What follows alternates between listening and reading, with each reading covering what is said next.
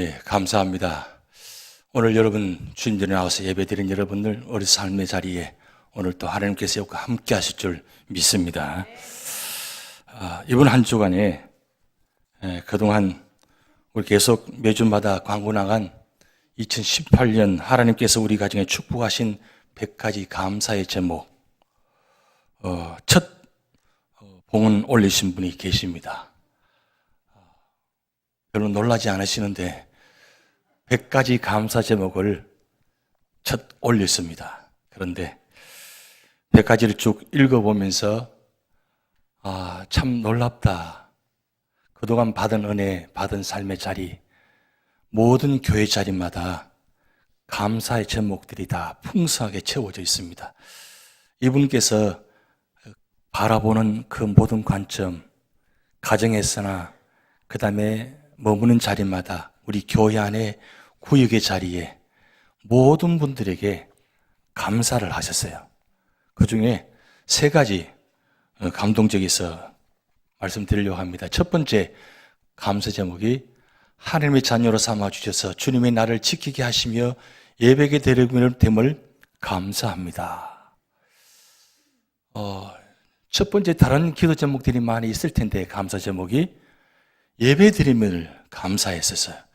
이분은 1부, 2부 예배 다 나오신 분입니다. 주일마다 예배 때마다 빠지지 않고 나오시는 분입니다. 예배가 얼마나 소중하신지 아시는 분이기 때문에 이 제일 첫 번째 감사 제목을 올렸습니다.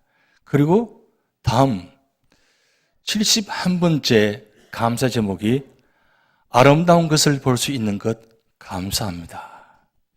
요즘 제가 기도 제목이 참 많은데 그 중에 우리 교회 성도들을 바라보면서 3년 전하고 작년하고 올해하고 다 다릅니다. 갈수록 안 보이세요. 갈수록 잘 못 들으세요.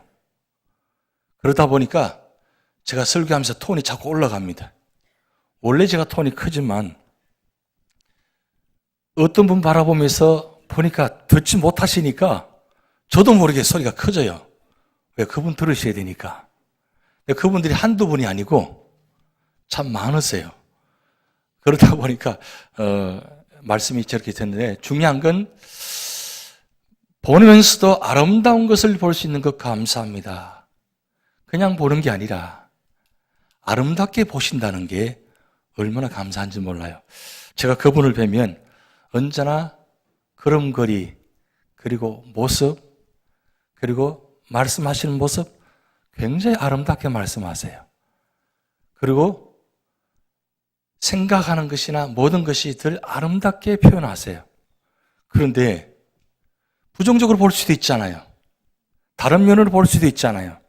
그런데 아름답게 볼 수 있다는 것 그 하나만 해도 얼마나 감사해요. 근데 오늘 100가지 제목 중에 눈에 관해서 3가지 제목이 다 올라가 있어요. 그런데 그 중에 아름다운 것을 볼 수 있는 것 감사합니다. 그리고 마지막 100번째 감사 제목이 남은 세월 천국의 소망을 두고 살기 원하는 마음 주심 감사합니다. 이만하면 됐잖아요. 이분 마지막 제목 너무 감사합니다. 다른 제목을 쓸 수 있는데 천국의 소망을 두고 그런 살기 원하는 마음 주셔서 감사합니다. 여러분 어디에 소망을 두고 살아가고 계십니까? 보통 은퇴하시면 어떻습니까? 저 먼 곳으로 또 다른 곳으로 가고 싶어 하시잖아요. 그런데 내가 이제 은퇴해서 이 교회에 마지막 그동안 하지 못했던 일을 내가 감당하기를 원합니다. 그러면서 천국의 소망을 두고 정말 아름답게 신앙생활하며 모습을 보여주는 것, 그게 교회의 전통입니다. 그게 얼마나 아름다워요. 근데 중요한 건 이 마지막 100번째 이 감사 제목이 아무나 쓸 수 있는 게 아니에요. 누구나 쓸 수 있는 것은 아닙니다. 이 마지막 이 100번째 감사 제목은 육안뿐만 아니라 영안까지 떠지면 볼 수 있는 제목입니다. 제가 몇 주 전에 사람은 눈이 4개 있다고 말씀했습니다.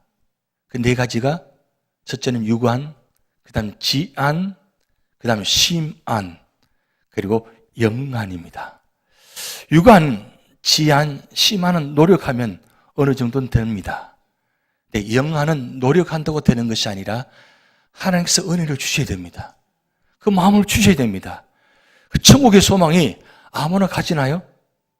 구원의 믿음과 확신이 없으면 그 영안의 눈을 떠져서 천국의 소망을 뚫을 수가 없습니다. 우리의 눈은 바라보는 것 이 세상입니다. 이 세상의 모습이 너무나 힘들고 어렵습니다. 그게 치이다 보면 하늘, 천국, 그건 나하고는 상관없는 일입니다. 왜? 지금 내가 살고 있기가 바쁘기 때문에 힘들기 때문입니다. 그런데 힘들고 어려워도 마지막 남은 생애 동안 영안의 눈을 바라보면서 하늘에 계신 천국 바라보면서 그런 마음 갖고 살아간다는 것, 그런 마음 갖고 살아가고 계시기 때문에 말하는 것, 행동하는 것, 모습이 아름다울 수밖에 없는 겁니다. 추수감사절 이제 얼마 남지 않았습니다.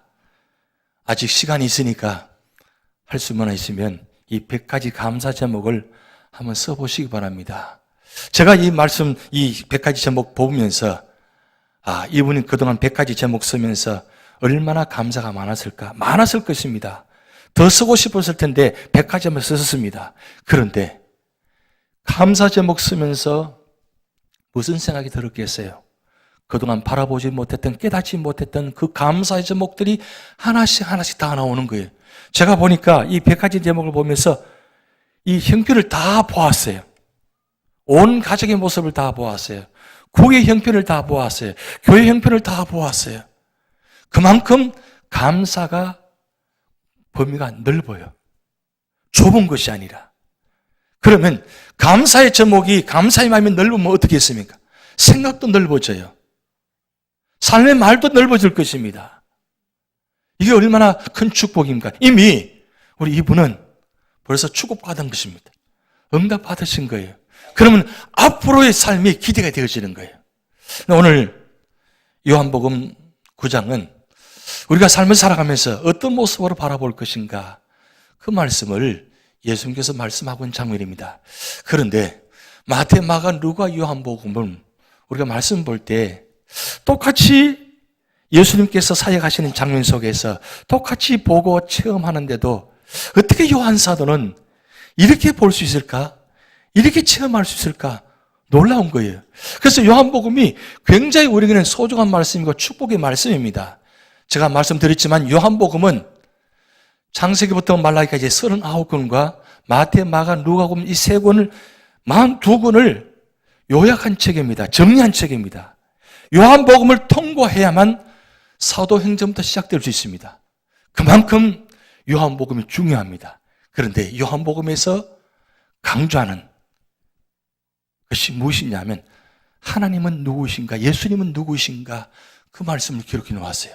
근데 요한 사도는 마태가 바라보지 못했던, 마가가, 누가가 바라보지 못했던 놀란 면을 지금 기록해 놓았는데 요한복음에는 예수님이 자기 선언을 7가지를 기록해 놓았어요. 나는 생명의 떡이다. 나는 세상의 빛이다. 그리고 나는 양의 문이다. 나는 선한 목자다. 나는 부활이요 생명이다. 나는 길이요 진리요 생명이다. 나는 참 포도나무다. 이 세상에 누구도, 어떤 사람도, 어떤 성자도 이런 말을 한 사람이 없습니다. 오직 예수님만이 하셨습니다. 왜요? 예수님이 누구십니까? 바로 하나님의 아들이시기 때문입니다. 요한 사도는 예수님을 바라보면서 이분이 하나님의 아들이라는 사실을 믿고 받아들이고 확신하고, 그리고 예수님께서 이 하신 말씀들을 하나도 놓치지 않고 다 기록해 놓았어요. 가장 중요한 것. 근데 오늘 두 번째, 나는 세상의 빛이다. 이 말씀은 요한복음 8장 12절 말씀입니다. 우리 요한복음 8장 12절 말씀 같이 한번 합독하시겠습니다. 예수께서 또 말씀하여 이르시되 나는 세상의 빛이니 나를 따르는 자는 어둠에 다니지 아니하고 생명의 빛을 얻으리라. 왜 예수님께서 세상의 빛이라고 말씀하셨습니까? 사람이 생명의 빛이 될 수 있나요? 사람은 발광체가 아닙니다. 반사체입니다. 누구로부터 받아야 됩니다. 그런데 예수님은 당신 자신을 세상의 빛이라고 했습니다. 이 무슨 말씀이에요? 어떻게 예수님께서 빛이 될 수 있단 말입니까? 빛이 될 수 있는 이유는 하나님 그분이 바로 창조주시가 되기 때문입니다. 창세기 1장에 세상에 빛이 있으라 말씀하셨습니다. 이 예수님은 이미 창조 전에 창세기 1장을 창조하실 때 성부, 성자, 성령 삼위 하나님이 함께 계시면서 말씀으로 창조하신 분입니다. 그 말씀 되신 그분이 이 땅에 오셔서 말씀하시는 것이 바로 당신 자신을 말씀합니다. 나는 세상의 빛이다. 왜요? 그분이 창조주시기 때문입니다. 그분이 오늘 말씀합니다. 그런데 왜 하필이면 오늘 요한복음 9장에 말씀에 기록해 놓았을까요? 여러분, 예수님은 이 땅에 오셔서 3년 동안 사역하실 때에 아무 계획 없이 아무렇게나 사역하지 않았었습니다. 구약 성경에 모든 예수님이 하신 일들을 미리 예언해 놓으시고 그 예언된 말씀을 이 땅에 오셔서 예언대로 말씀하셨습니다. 그리고 그 일을 감당하셨습니다. 이사야 35장 5절 6절 말씀에 그때에 맹인의 눈이 밝을 것이며 못 듣는 사람의 귀가 열릴 것이며 그때 저는 자는 사슴같이 뛸 것이며 말 못하는 자의 혀는 노래하리니. 예수님께서 이 땅에 오셔서 많은 기적을 베푸셨는데 그 중에서 제일 먼저 맹인의 눈이 밝을 것이며 라고 말씀을 기록해 놓았어요. 아니나 다를까요? 여러분, 성경의 마태, 마가, 누가, 요한복음 보면 예수님께서 많은 기적 중에서 가장 많이 기적을 일으킨 장면이 바로 맹인의 눈을 고친 사건입니다. 마태복음, 마가복음, 누가복음, 요한복음만 나오는 본문입니다. 병행본문까지 합하면 더 많습니다. 왜 그러면 예수님께서 그 많은 기적 중에서 하필이면 맹인, 요즘 말로는 시각장애입니다. 이 시각장애인을 많이 고쳤을까요? 그만큼 보는 것이 중요하다는 말씀입니다. 여러분, 보지 못한다면 어떨까요? 만약 여러분 보지 못한다면 이렇게 교회 나오실 수 있을까요? 삶을 살아가는데 얼마나 힘들까요? 많이 불편할 것입니다. 아니, 불편할 정도가 아니라 답답하고 힘들 것입니다. 오늘날 많은 시각장애인들이 있습니다. 그분들 삶의 자리가 얼마나 힘들지 우리가 어떻게 그 마음까지 다 헤아릴 수가 없지만 우리가 보기에도 얼마나 힘듭니까? 밤에 전기만 나가도 힘든데 잠깐만 불빛이 비치다도 힘든데 시간이 지나면 갈수록 점점 보이지 않는다는 것, 이게 얼마나 힘든 일입니까? 만약에 점점 보이지 않다가 만약에 보이지 않다면 어떻게 될까요? 아마도 삶의 자체가 너무 힘들 것입니다. 그런데 오늘 예수님께서 요한복음 9장 1절에 이렇게 말씀이 기록됩니다. 예수께서 길을 가실 때 날 때부터 맹기 있는 사람을 보신지라. 예수님께서 기적을 베푸실 때 많은 사람들이 찾아왔습니다. 그런데 오늘 이 말씀은 예수님이 길을 가시다가 유독 이 맹인을 보신지라 그랬습니다. 여기 원어의 말씀 보면 주목하여 보셨다고 기록했습니다. 왜 하필이면 이 맹인을 주목하여 보셨을까요? 예수님은 이미 구약에 예언되었듯이 이 맹인들을 고치시기 위해서 오신 목적이 있다는 사실입니다. 그 목적이 뭐냐? 보게 하는 목적이 있다는 거죠. 그래서 오늘 1절 말씀에 주목하여 보신지라 그랬습니다. 그런데 예수님은 이 맹인을 고치시려고 보셨는데 2절 말씀 보면 제자들은 그런 마음이 아닙니다. 2절 제자들이 물어 이르되 라삐아 이 사람이 맹인으로 난 것이 누구의 죄로 인함이니까? 자기니까 그의 부모니까? 지금 제자들의 마음은 뭡니까? 그때 당시에 일반적인 사람들은 이런 질병을 어떤 육체의 고통을 갖고 있는 사람을 어떻게 바라보느냐면 죄로 말미암아 이런 고통을 당한다라고 생각하고 있었습니다. 그때 일반적으로 유대 사상에는 인간의 운명론에 대해서 이야기를 많이 합니다. 그런데 그때 당시에 세 개의 분파가 있었습니다. 세 개의 분파는 첫째 바리새파, 두 번째 에세네파, 그리고 사두개파, 이 세 개 분파가 유대 중심으로 이루어져서 사상을 이루고 갑니다. 그런데 이 세계 분파 중에서 바리새파와 에스네파는 모든 사건이 예정되어 있다, 이렇게 생각했다는 겁니다. 쉽게 말씀드리면 과거에 지금 이제 이 사건은 우연히 된 것이 아니라 과거에 있었던 사건이 연결되어진다는 그 뜻이에요. 그러면 지금 이 맹인을 바라볼 때 제자된 생각은 이 사람 맹인된 것은 부모의 죄가 위에서부터 뭔가 죄로 말미암아 된 것이라고 생각하고 바라본다는 거예요. 그러니까 예수님께 질문합니다. 이 사람이 부모 죄니까 자기 죄니까? 이런 사상이 어떻게 나오느냐 하면 바로 이 성경 말씀에 나오는 말씀입니다. 그런데 사두개파는 어떻게 생각하느냐? 아니다. 인간에는 하나님께서 개입할 수 없다고 주장했다는 겁니다. 그런데 일반적으로는 이 사두개파와 보다는 바리새파, 에스네파가 주장이 강하다 보니까 일반적으로 사상의 흐름이 그렇게 됐다는 겁니다. 그런데 일반적인 사람들은 그렇게 생각했다는 겁니다. 아픔이, 질병이 있으면 저 사람 부모 죄 때문에 되었다, 저렇게 되었다라고 생각했다는 겁니다. 그리고 본인 자신도 그렇게 생각했다는 겁니다. 그런데 성경 말씀 보면 출애굽기 말씀과 민수기 말씀 보면 부모의 죄가 자식에게 대물림된다는 말씀이 있습니다. 이 세 본문에 같은 말씀인데 아버지의 죄악을 자식에게 갚아 3, 4대까지 보응한다, 이렇게 말씀 기록되어 있어요. 이 말씀을 모세오경 말씀을 율법적으로 해석해서 이때 당시의 사람들은 모든 것을 바라보았다는 겁니다. 그러니까 모든 사람들이 이 맹인을 바라볼 때 저 사람은 부모의 죄 때문에 저렇게 되었다. 여러분, 만약에 오늘날도 그렇게 생각하면 어떻게 될까요? 부모의 죄 때문에 내가 이렇게 당하고 있다, 내가 이렇게 어려움 당하는 것은, 내가 이 질병 당하는 것은, 고통 당하는 것은 부모의 죄 때문에, 그렇다면 부모는 어떻게 바라볼까요? 본인도 어떻게 생각할까요? 얼마나 힘들겠습니까? 근데 예수님께서 여기서 대답을 어떻게 하시느냐면 세 번째 3절 말씀은 이렇게 말씀합니다. 예수께서 대답하시되 이 사람이나 그 부모의 죄로 인한 것이 아니라 그에게서 하나님이 하신 일을 나타내고자 하심이라, 그렇게 했어요. 지금 제자들의 질문과 예수님의 대답은 전혀 다른 이야기입니다. 그렇다면 예수께서 말씀하시는 하나님의 일이 무엇입니까? 여러분, 하나님의 일이란 무엇일까요?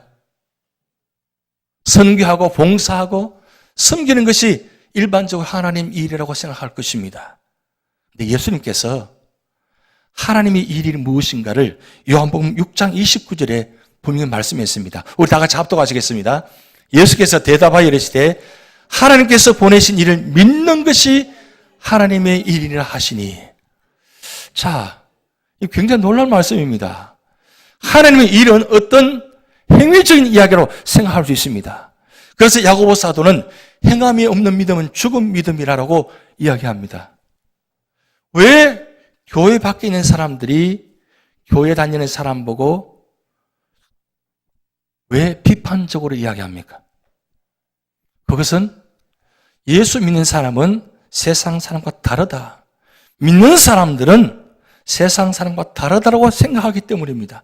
그런데 세상에서 바라보니까 믿는 사람들이 어떻게 다르냐 이거죠.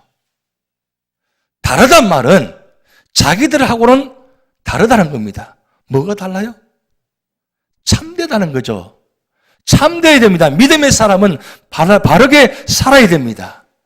믿는다는 것은 세상 사람들은 바르게 산다는 뜻을 갖고 있습니다. 믿음이 뭔지는 모르지만 그래도 교회 다니고 예수 믿는 사람은 바르게 사는 사람이라고 생각합니다. 그런데 세상에서 바라보니까 이 믿음의 사람들이 바르게 살지 못합니다. 그래서 세상의 기독교를 뭐라고 표현합니까? 좀 강단에서 말씀하기 좀 불편합니다만은 좀 다른 모습으로 이야기합니다. 기독교라 하지 않고 개독교라고 합니다. 왜 그래요? 왜 하필이면 개예요? 개는 지 마음대로 하거든요. 그런데 신앙생활 하면서 적어도 믿음의 사람은 바르게 살아야 되는데 바르게 살지 못하다 보니까 그 하는 말이나 행동 안에 삶의 모습 보니까 다르거든요. 그렇다면 왜 예수님께서 하나님께서 보내신 믿을 뿐만 아니라 바르게 행한다 말씀하지 않고 믿는 것이 하나님의 일이라고 말씀할까요? 그만큼 믿음이 중요하다는 겁니다. 여러분, 믿음이 무엇입니까? 바로 하나님을 믿는 것입니다. 하나님 믿는다는 건 무엇입니까? 만약에 믿음이 무엇이냐고 물으신다면 뭐라고 말씀하실 거예요? 히브리 12장 1절에 믿음 바른 것들이 실상이고 보지 못하는 것들의 증거니라 이렇게 말하면 이해해요? 세상 사람들이 이해할 것 같아요? 이해 못합니다. 무슨 말인지 우리가 믿는 사람들 이 말이 무슨 말인지 이해를 잘 못합니다. 그럼 믿음이 무엇이냐는 거죠. 여기서 오늘 주님께서 말씀합니다. 믿음은 바로 보는 것이다. 믿음은 바로 보는 것입니다. 우리가 바로 보지 못하기 때문에 바로 이해하지 못합니다. 그래서 우리는 성경을 읽는다 하지 않고 본다라고 합니다. 우리는 하나님께 예배된다 하지만 하나님을 본다라고 합니다. 왜 그렇게 해야 합니까? 보아야 됩니다. 만나야 됩니다. 만나야 그 가운데 삶의 모습이 나타나기 때문입니다. 오늘 예수님께서 하나님께서 보내신 이를 믿는 그 보내신 이가 누굽니까? 바로 예수 그리스도를 믿는 것입니다. 왜 예수 그리스도를 믿어야 됩니까? 예수 그리스도만이 이 세상에 참된 구원자가 되시기 때문입니다. 오늘 여러분, 우리 삶의 자리에 모든 중심이 시작과 마지막 결론은 언제나 예수 그리스도 시작해서 예수 그리스도 끝나야 됩니다. 그래서 바울 사도는 열쇠고리 서신서에 언제나 예수 그리스도 안에서라는 단어를 사용했습니다. In Christ and Cristo. 왜요? 예수 그리스도 아니고는 우리는 하나님을 만날 수가 없기 때문입니다. 하나님과 나아갈 수가 없기 때문입니다. 그래서 오늘 요한복음 6장 29절에 하나님 보내시니 믿는 것이 하나님 일이라는 말씀하시면서 요한복음 6장 38절에 내가 하늘에서 내려온 것은 내 뜻을 행하려 함이 아니요 나를 보내신 이의 뜻을 행하려 함이니라 그랬어요. 예수님도 이 땅에 오신 것은 하나님이 보내신 건데 무엇 때문에 보내신가를 말씀합니다. 요한복음 6장 40절 말씀 우리 다 같이 읽습니다. 내 아버지 뜻은 아들을 보고 믿는 자마다 영생을 얻는 이것이니 마지막 날에 내가 이를 다시 살리리라 하시니라. 믿음이 무엇이냐면은 바로 영생이란 겁니다. 믿는 자에게 주어지는 축복이 뭐냐? 영생입니다. 성경 전체 중에서 영생이라는 단어를 가장 많이 사용한 본문이 바로 요한복음입니다. 요한복음 3장 16절 성경 전체의 주제절입니다. 우리 다 같이 한번 고백해 볼까요? 하나님이 세상을 이처럼 사랑하사 독생자를 주셨으니 이는 저를 믿는 자마다 멸망치 않고 영생을 얻게 하려 하심이라. 영생입니다. 이 영원한 생명, 영원한 생명을 얻는 것이 바로 믿는 자에게 주시는 축복입니다. 그러면 제가 여러분께 한번 질문해 볼까요? 여러분 영생의 선물을 받았습니까? 고개를 드시고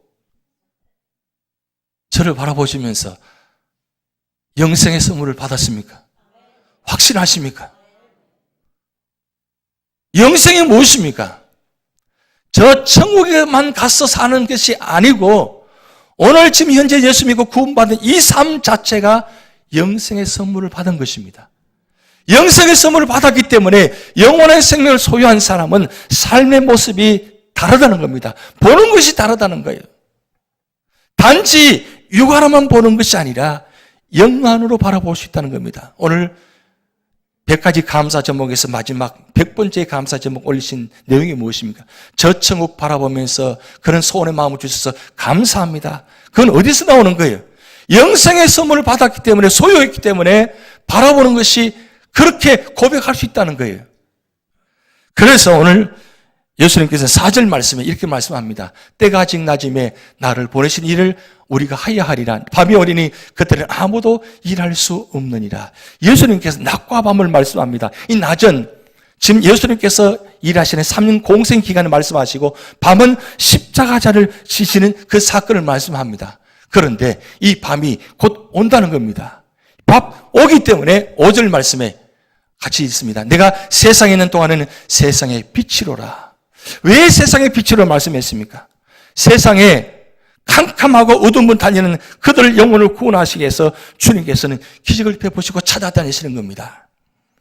여러분 6절 말씀에 이렇게 말씀되어 있습니다. 이 말씀을 하시고 땅에 침을 뱉어 진흙을 이겨 그의 눈에 바르시고 이렇게 기록되어 있습니다. 집 맹인에게 하는 행위입니다. 그런데 오늘 이 말씀에서 중요한 것은 예수님께서 기적을 베푸실 때 많은 행위를 하십니다.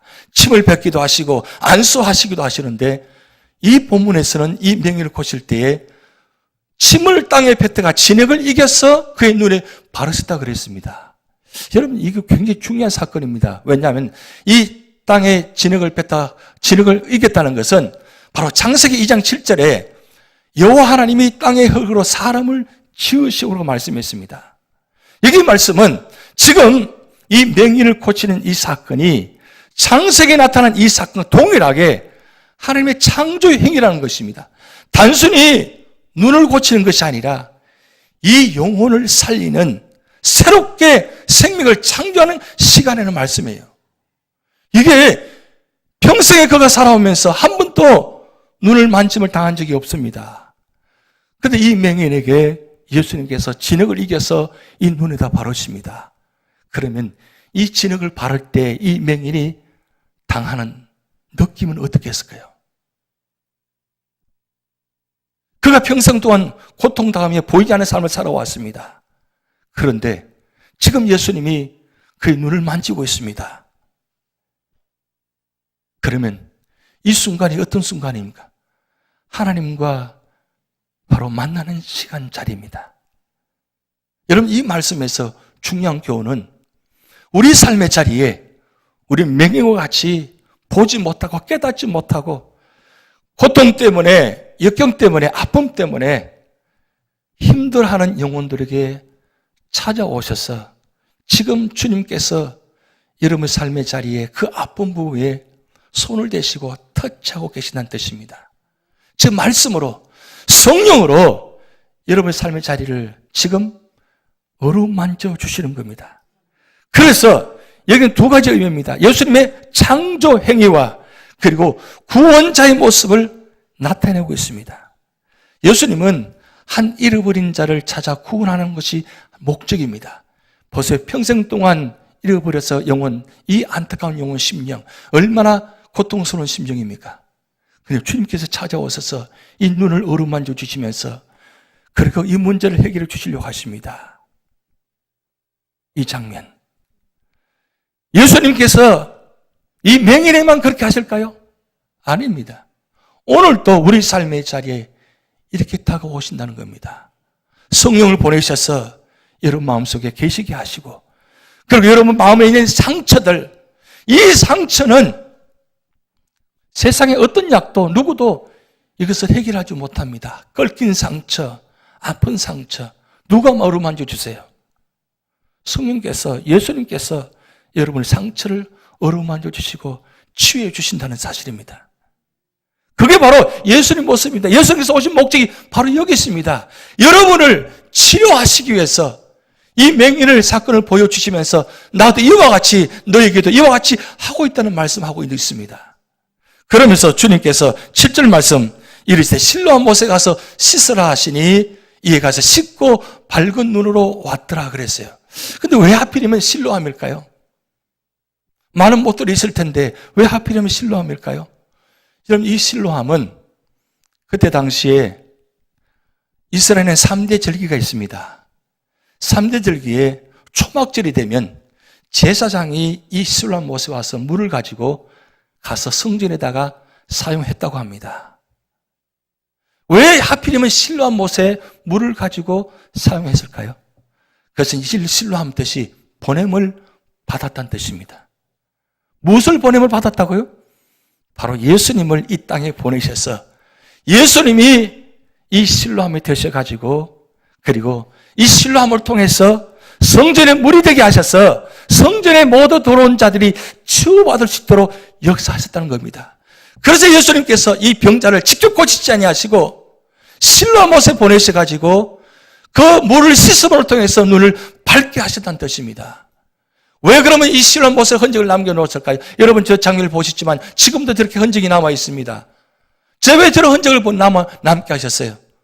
오늘 많은 사람들이 실제적인 증거를 보여주신다는 거죠. 이 실로암 못이 단순히 못의 못이 아니라 일반적인 물이 아니라 예수님께서 이 세상에 보내셔서 치유하신 것처럼 이 실로암 못의 물을 통해서 하나님은 변화시킨다는 말씀을 오늘 우리에게 주신 말씀입니다. 그런데 중요한 건 실로암 못이 거기에만 있나요? 아닙니다. 바로 이 성전이 여러분 이 예배드리는 자리가 바로 실로암 못입니다. 이 자리에 오셔서 예수님께서 그 아픈 부분을 어루만져 주시고 치유하시고 회복하는 역사를 체험하신 여러분 되시기 바랍니다. 그럴 때 주님은 우리의 구원자가 되신다는 것을 고백할 수 있다는 사실입니다. 제가 지난 주간에 한 책을 통해서 감동받은 것입니다. 이 내용은 무엇이냐면 책 제목이 이렇습니다. 세상에 눈 멀고 사랑에 눈 뜨고. 책 제목이 좀 특별하죠. 세상에 눈 멀고 사랑에 눈 뜨고. 여기 이 책은 한 시각장애자의 가족의 이야기입니다. 한국에 시각장애가 참 많습니다. 그런데 놀라운 사실은 미국에 있는 분들이 한국에 많은 사람들 입양합니다. 그런데 한 미국의 한 부부가 한국에 시각장애자 4명을 입양했습니다. 남자 둘은 거의 보이지 않고 그리고 여자 둘은 앞이 완전히 보이지 않는 그 4명을 입양했습니다. 한 명도 아니고 4명을 입양했어요. 근데 더 놀라운 사실은 이 4명을 입양한 부모가 누구냐면 두 분 다 시각장애예요. 별로 놀라지도 않으시는데 입양기관에서 아니 당신들도 보이지 않으면서 어떻게 이 네 명을 하려고 하느냐 처음에는 거절했다고 합니다. 그런데 이 부모들이 워낙 완강하게 소원을 가지고 찾아와서 우리가 기도해 보았더니 하나님께서 이렇게 입양하도록 허락하셨다고 계속 강권하고 부탁해서 그렇게 해서 이 4명을 입양했습니다. 그런데 4명 중에서 첫 번째, 그리고 세 번째 나이 수준하면 남자 둘이 나이가 많고 여자 둘이 나이가 적습니다. 제 첫 번째 여자아이가 이 미국 이름이 엘렌이고 한국 이름은 김광숙입니다. 이 엘렌이 자라면서 부모님의 사랑을 받고 회복되어서 그리고 책을 쓰고 그리고 한국에 가서 방송에 출연해가지고 그렇게 통해서 세상에 알려진 겁니다. 그런데 이 엘렌은 이 김광숙 아이도 4살 때 일산 어느 지역 가서 가는데 부모님이 손을 잡고 가다가 길거리 놓고 너 잠깐만 기다려. 내가 다시 오를 테니까 잠깐 여기 있어야 돼 하고 갔는데 그 다음부터는 오지 않았다는 거예요. 4살인데.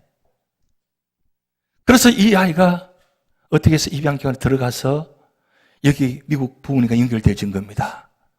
근데 지금 이 뉴욕 플러싱에서 살고 계십니다. 그런데 이 첫 남자 2 아이는 거의 보이지 않았는데 수술을 몇 번 과정을 거쳐가지고 보게 돼서 독립하게 되고 그리고 세 번째 이 엘렌 주인공은 성장하면서 믿음 안에 자라서 그리고 그가 정상적인 남자를 만나가지고 결혼해서 아이를 낳고 지금 잘 살고 있습니다. 근데 이 엘렌이라는 이분이 교회 다니면서 신앙 간증을 하는데 그가 주로 많이 부르는 찬송이 있습니다. 그 찬송이 바로 송명의 시인의 공평하신 하나님. 그 찬양을 많이 부르고 다니는 겁니다. 한번 가사를 한번 볼까요? 같이 한번 읽어보기로 하겠습니다. 나 가진 재물 없으나 나 남이 가진 지식 없으나 나 남에게 있는 건강 있지 않으나 나 남이 없는 것 있으니 나 남이 못 본 것을 보았고 나 남이 듣지 못한 음성 들었고 나 남이 받지 못한 사랑 받았고 나 남이 모르는 것 깨달았네. 공평하신 하나님이 나 남이 가진 것 나 없지만 공평하신 하나님이 나 남이 없는 것 갖게 하셨네. 이 찬양을 가는 곳마다 찬양하는 거예요. 그런데 이 엘렌 이분이 한국 방송에 출연해가지고 그가 어머니를 찾는다고 그 방송을 통해서 알립니다. 어머니, 저 김광숙이에요. 이렇게 성장해서 왔는데 왜 어머니께서 나를 버리시는지 모르지만 어머니 만나고 싶습니다. 어머니 보고 싶습니다. 어머니 저를 찾아주세요. 하고 방송 출연해서 간증하면서 광고합니다. 그런데 어머니가 끝내 나타나지 않았다고 합니다. 그래서 이 엘렌 이분이 방송국에서 이렇게 이야기합니다. 어머니, 어디 계시든지 예수 믿으세요. 어디에 계시는지 예수 믿으세요. 왜냐하면 자기가 예수 믿지 않았다면 오늘 이 자리에 있지 못했기 때문입니다. 그런데 그가 이렇게 고백합니다. 어떻게 고백하느냐면 나는 버려졌지만 하나님 앞에서 발견되었고 하나님이 나의 아버지가 되어 주셨습니다. 이 시각장애 부모님을 통해서 신앙을 배우게 되고 하나님을 만나게 되었습니다. 그럼을 통해서 그가 육신의 부모는 나를 버렸지만 하나님은 나의 아버지가 되셨습니다. 그렇게 고백한 내용이에요. 그런데 네 번째 아이가 문제입니다. 이 네 번째 아이는 시각장애이면서 자폐증을 갖고 있습니다. 나이는 들어가는데 지능은 2살밖에 안 됩니다. 그런데 이 시각장애 부모가 70이 넘었습니다. 어떻게 키워요? 너무 힘들잖아요. 그런데 주위 분이 아니 어떻게 이렇게 키우세요? 물었을 때 그 시각장애 부모님이 이렇게 이야기했습니다. 우리 모두는 하나님에게 입양된 사람이기에 그 사랑을 실천한 것뿐입니다.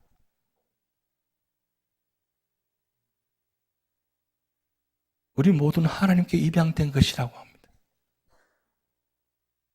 여러분, 우리가 하나님께 입양되었어요. 여러분 알고 계셨습니까? 이분만 입양된 것이 아니라 우리도 하나님께 입양되었어요. 누굴 통해서요? 예수님을 통해서 우리가 입양되었어요.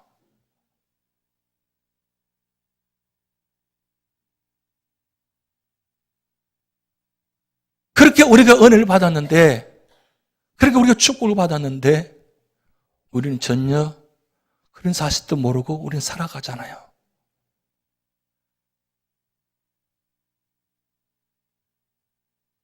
우리 모두는 하나님께 입양된 사람에게 그 사랑을 실천한 것뿐입니다. 어디서 그런 사랑이 나와요? 바로 이 시각장애 부모님이 누굴 만났기 때문이에요. 실로암 되시는 예수님 만났기 때문입니다. 실로암 되시는 예수님 만났기 때문에 인간의 모든 어려움을 물리치시고 그리고 생명빛을 얻었기 때문에 비록 육안에는 보이지 않지만 영안의 눈을 뜨니까 육안의 눈보다도 영안의 눈을 뜨게 되니까 더 감사요, 더 기쁨이 있었다는 사실입니다. 그러기에 자기도 입양되었습니다라고 고백할 수 있다는 거예요. 여러분 에베소서 5장 8절 말씀입니다. 너희가 전에는 어둠이더니 이제는 주 안에서 빛이라 빛의 자녀들처럼 행하라. 우리는 주님 빛을 받았습니다. 이 빛 받은 것 이제 세상에 나가셔서 비추시기 바랍니다. 그래서 생명을 살리러 구원하는 그런 축복의 통로가 되시기를 주님으로 축복드립니다. 기도하시겠습니다. 하나님 아버지, 우리는 육안밖에 볼 수 없었지만 주님께서 우리가 구원자가 되셔서 우리를 구원하셔서 우리에게 주신 선물을 통해서 주님을 바라볼 수 있는 은혜 주심을 감사합니다. 우리 삶의 자리에 주님 빛이 비치는 믿음의 자리가 되도록 역사하여 주시옵소서. 감사드리며 예수님의 이름으로 기도하옵나이다. 아멘.